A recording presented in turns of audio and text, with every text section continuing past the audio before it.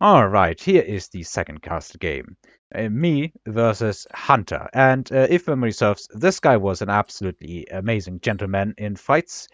Or maybe he was not. I don't actually recall, even though I'm pretty sure it was yesterday. Anyway, I start out with Heavy Armor Specialist and Crawler Phoenix. My opponent starts out with Quick Supply and Marksman Sledgehammer. Immediately I'm liking his unit combination a lot more than I'm liking my unit combination, because, well, he has sledges. I'm not sure if he even spends the 200 extra supply or if he waits. He's adding in a couple of crawlers, which is an overall really good choice. I'm thinking the only thing that can even remotely hope to beat his army is Fangs in this specific case. So, the armies collide.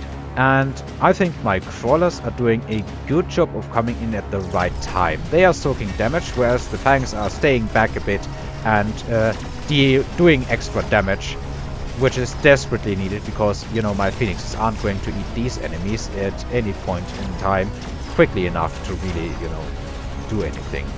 My opponent, remember that he didn't even spend his first 200 extra supply, only his 200, regular supply. He is winning this turn, and winning it pretty well, which is not surprising because, after all, it's sledges. In the early game, they beat almost anything. Next turn, and this is a no-brainer, Supply Specialist. Both going for it, me and my opponent playing a bit of the eco game. He is spending his money to just add on more tanks. Meanwhile, I'm sitting at 350 and all I can really afford is a single tank and another pack of crawlers, which I'm adding in on the side. I'm putting my sledges vertical because, well, vertical tanks and he has chaff. That is a good combination. I think against Stormcrawlers you are supposed to put them in a horizontal, what's the correct word here? A horizontal setup? Kinda struggling with it. Anyway, I have tanks in the middle, but he just has 4 times the sledge power. So, yeah. This turn, the Family Reserves is not looking too well either. However, I think given the fact that he has so much extra starting supply, it is to be expected. And I'm able to kill a bunch of his sledges, but all in all, sledges and marksmen just go together so well. He wins the turn, and I take a good amount of damage here, but not too much. Still, considering it's now turn 3 and this is already happening, it's not too good. Next turn, he is going for arc lights, and I think I'm going for the same. I'm debating in my mind what I should pick, what my problem is. I think I was going for arc lights, but I'm not entirely sure anymore. Yes, I remember correctly. Now I can put a bunch more arc lights all over the map. He is spending his money on range for arc lights immediately. He's even adding on another arc light. So he has 6 arc lights immediately. Meanwhile, I'm going in on Scorpion and Tank.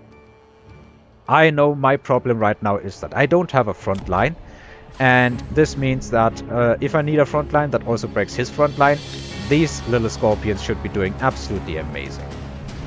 I have enough chaff clear with the arc lights, so it should be fine. Let's see what happens, because this is still an awful amount of sledges and arc lights, and a couple of marksmen to support. The sledges themselves are absolutely terrible, because a Scorpion blows them up so nicely. This side clearly is the weaker side right now, because it does not have a Scorpion. However, I now have enough surviving tanks in the middle to tank a bit for these Phoenixes. And the other side is moving in and breaking through. The Scorpion is still pretty healthy, even though it's more or less outranged by everything right now because these arc lights have range enhancement. However, in the end, the Scorpion is just too tanky for my opponent to take down, and it just double kills the rest of his army. Next turn, I'm looking at these options and nothing really comes to my mind. Yeah, my opponent's mind as well.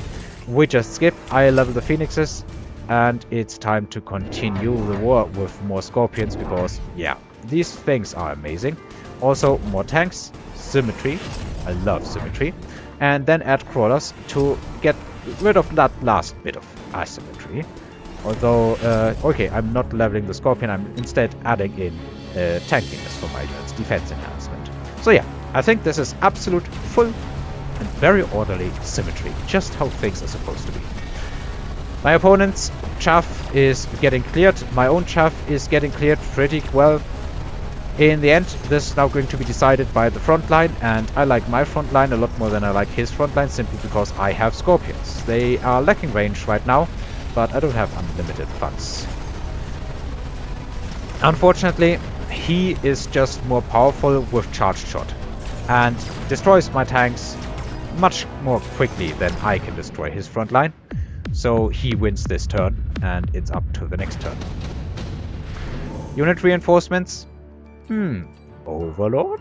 Yes, Overlord on both sides. He's going for an Overlord, I'm going for an Overlord. Level 3 nonetheless, and I'm adding in more Scorpions and selling the Overlord. Because I'm kinda afraid of his marksman. They also have area specialization, so if he hits that button, the Overlord at this point, I imagine, becomes fairly useless. I'm adding in range for my Phoenixes and range for my Scorpions, so that the Scorpions will also tank for the Phoenixes still. And then I'm adding in more Phoenixes. Meanwhile, my opponent is going ham with Overlords, which is, all in all, pretty good. Having Phoenixes against Overlords. Juicy. Very juicy.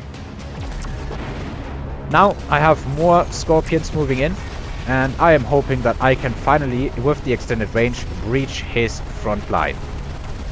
Meanwhile, the Overlords have 125 meters, so they stay behind the tanks, just how it should be. This Scorpion just blew up the entire tank line. And now I have a bunch of Scorpions tanking for my Phoenixes. I think it's not enough this turn, but it certainly is looking better than last turn. Unfortunate tower trade here. My opponent very clearly gets the upper hand. I think if it had been the other way around, this thing would have died. Anyway, he skips. I'm thinking, no, I'm skipping too. He gives his arc lights the carry tech, the elite marksman tech. Not sure if it's worth at this point, but it may very well be. Meanwhile, I personally am just going in and adding in more Phoenixes at this point, because I need the DPS, especially against these Overlords that have now Mothership. I completely did not account for that, truth be told. I absolutely 100% forgot. I'm leveling one of the Scorpions on either side. Come on. I should have finally dropped a bunch of missiles to deal with those, maybe. But I was thinking, what does it even hurt, really? So these few Wasps are annoying, but in all honesty, my Scorpions are blowing up his tanks just fine without the Phoenixes, so it doesn't really matter all that much. Now more damage, more pressure is being put on these Overlords, and they are finally going down. However, there is still an... I wouldn't say awful amount, but enough of an amount of stuff left on the board to kill all of my Phoenixes, and once again, on low health, the dumb Overlord survives. I should remember the last cast. This is kind of the theme of these two casts that I'm doing of games that I recently played. Levels on many things are coming down. Meanwhile, personally, I think these are just... Yeah, I stumbled across that as well while playing. These Phoenixes look like they're a bit further up front, but they are not. They are not. What did I really do here? I think I didn't do much at the moment. I just leveled a bunch of Phoenixes. Yeah, I'm doing the same that I did at the last game. I'm just adding in sledges and I'm giving them range. If I can win the tank fight, he's gonna be in a world of hurt. At least that's my hope. He, on the other hand, is adding a bunch of crawlers here. And he's adding on more Overlords, and he's giving his Overlords range as well. He's mobile beaconing the crawlers to the side. I'm not entirely sure if it's possible to redirect Scorpions this way. I guess he noticed that I never really throw around with missiles. He's throwing out one of his own... Oh no, that was one of my missiles. That's the one turn maybe where I threw in a missile. So now whatever he had planned for these is not really coming to fruition. Not that it matters particularly much because, well, these extended range sledges are just going to decimate everything. Meanwhile, higher unit levels and a significantly better tank count is decimating his chaff, and now the juicy rear line of damage dealers and carry units is exposed. A lot of wasps spawn, but at this point his front line is all but gone, and I'm getting the tower debuff without any contest so far. Now it's a load of phoenixes against just one higher level overlord, and he still has a couple units to tank for him. So this battle is turning out very nicely. He is not getting to spawn any more wasps, and for the first time in like 6 rounds or something like that, I'm taking a round of him. Next turn, top supply is being offered, but we're already on round 8. He's going for it. I think, yeah, I'm going for photon emission. Because I realized that if this site lasts long enough, everything here will die. He's mobile beaconing again. I think I am throwing a missile this way. Like my original target for the missile, I think, was hoping that the wasps would push far enough ahead so that I can take all of them down. What have I even done this turn? I'm adding in elite specialist for even more range here. And that is already consuming most of my money. Then I'm adding in more chaff. Are these... Did I elite them? I'm not even sure. I must have deleted them. I don't even recall. Anyway, I'm adding in temporary buffs because it's the do or die moment more or less. He on the other hand is just going ham with overlords, and guess who does not have mustangs? This guy. Oh yeah, right, that's what I was doing. I wanted to try a good trick. So I put these in basically a block here. I'm adding another missile against these crawlers, and then I'm mobile beaconing them around so they come in later. Late arriving chaff. Should have done that in many games, I would guess. Here I realized, he has shields on the wasps. So now, an absolute tank battle on the ground rages, which I am winning by an absolute mile. Meanwhile, in the air, his amount of chaff is problematic, and I have absolutely nothing on the ground that can shoot up. I am getting the tower here because the tanks are in range. Immediately this tower also falls, and it's just overlords against the world. All of these overlords are now being exposed, but the next set of wasps is already... Ah no, it's not on the horizon. It is still quite far behind. It already was the second spawn. Yeah, in the end these phoenixes turned out to be enough to just decimate his overlords despite having shielded mothership wasps. Simply because my front line was too powerful. And in the blink of an eye, this ends. Yeah. At the end of the day, he simply did not have the ground army to compete. Carry arclights and a couple of marksmen. I guess they never really were carry marksmen. They're nice.